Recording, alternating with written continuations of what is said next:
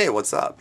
In my last gig log, some of you keen observers noticed a light that you'd never seen me use before. And a lot of you commented, hey, where'd that little guy come from? It came from Chauvet. Thanks, Chauvet. Here it is.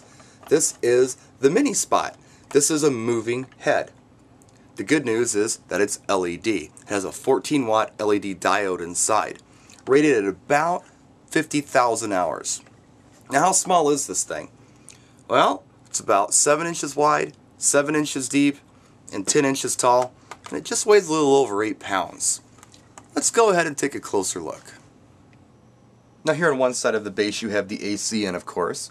Now right here it's 115 to 230 switchable, which is great. No matter where you live in the world, you should be able to run this light with the power that's available to you without any adapters or anything like that.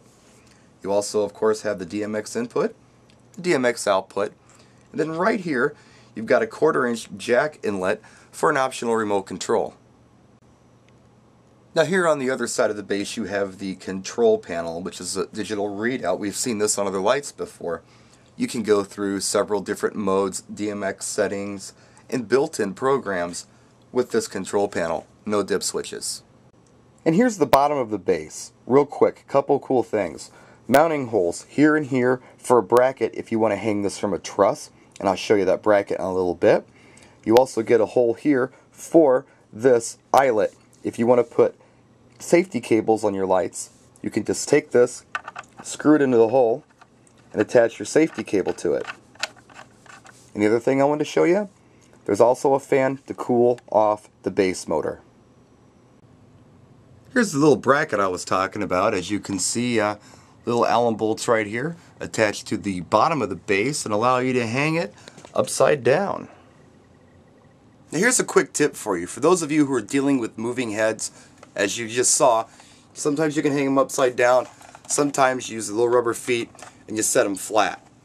It's not hard to lose little screws like this. Brackets, a little harder to lose. I mean, if you kind of put them in a general location, you know where they're at.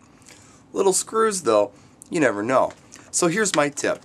Take these little screws and simply store them right in the base, right where they're supposed to go. Take your Allen wrench, don't get them super tight, but get them snug in there.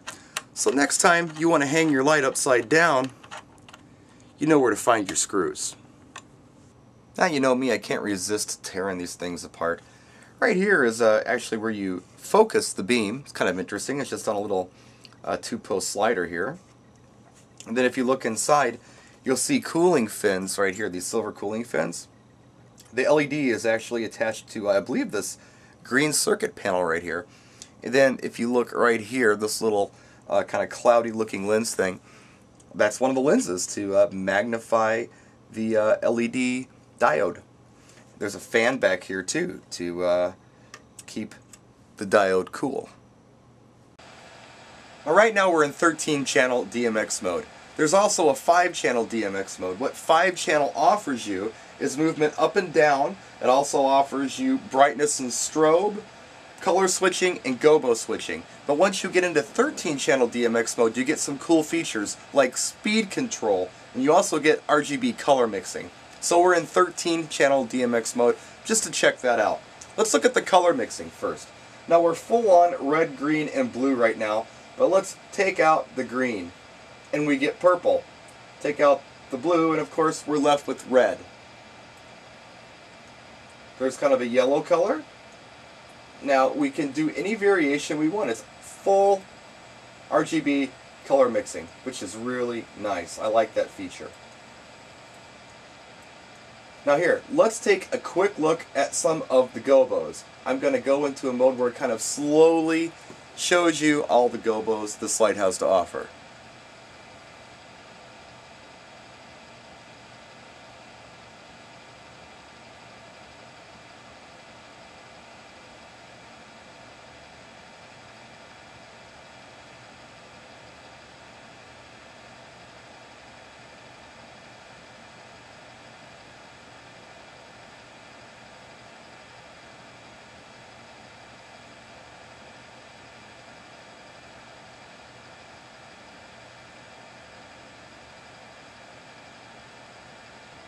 In my ears, I can look here.